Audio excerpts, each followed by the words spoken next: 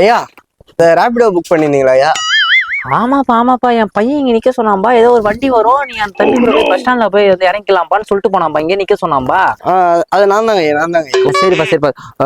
என்ற தம்பி, எனக்கு வந்து 8:10க்கு பொள்ளாச்சி பஸ், கொஞ்சம் வெரசா போய் விட்டுருப்பா. ஓகேவா? நான் ஊருக்கு போகணும்பா. சரிங்க சரி. ஓகே. என்னப்பா இது, அந்த காலத்துல நான்லாம் 10 கிலோமீட்டர் வேற பொடிநடையா நடந்து போவோம்பா. இன்னும் இந்த காலத்துல வந்து வண்டியிலே நீங்க இது பண்றீங்க, எனக்கு எதுவும் புரியல. காலங்கள் மாறி போயிடுச்சுப்பா. ஐயா ஓடிபி சொல்லுங்க ஐயா. என்ற உங்களுக்கு ஒரு 4 நம்பர் வந்திருக்கும். அந்த நம்பரை நீங்க சொன்னாதான் அவங்க ஏத்த முடியுமே உங்களை. 4 நம்பரா? ஆமாங்க என்ன ஐயா. நம்பரு? புரியல. ஒரு 4 நம்பர் உங்களுக்கு வந்திருக்குங்க ஐயா. எதுல வந்திருக்கும்? உங்க போனுக்கு வந்திருக்கும். அதை நீங்க என்கிட்ட சொல்லணும். இப்ப நான் சொல்லணுமா என் செல்ல இருந்து? ஆமா. இந்த தில்லாலங்கிரி வேலை எனக்கு தெரியும்பா. எப்பா எனக்கு தெரியும். நான் என்ன 4 நம்பர் சொன்னோடனே என் பேங்க்ல இருந்து நீ காசு புடிச்சிருவோம், எனக்கு தெரியும்பா.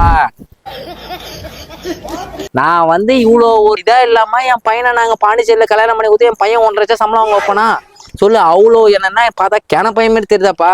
ஐயா ஐயா அப்படி இல்லைங்க ஐயா. இப்ப நீங்க அந்த 4 நம்பரை நீங்க என்கிட்ட சொன்னாதான் நான் உங்களை ஏத்த முடியும். எனக்கு காசு அதுல தான் தருவாங்க. பத்தியா காசு வருதுன்னு சொல்ற பத்தியா? உன் வாயில இருந்து இப்பயே வந்து பொய் வருதுப்பா.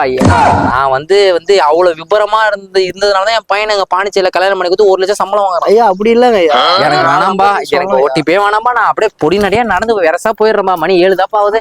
நான் பாண்டிச்சேரி பஸ் ஸ்டாண்ட் போயிடுறேன்பா. உடுப்பா. ஐயா அப்படி இல்லை வேணாம்பா ஐயா.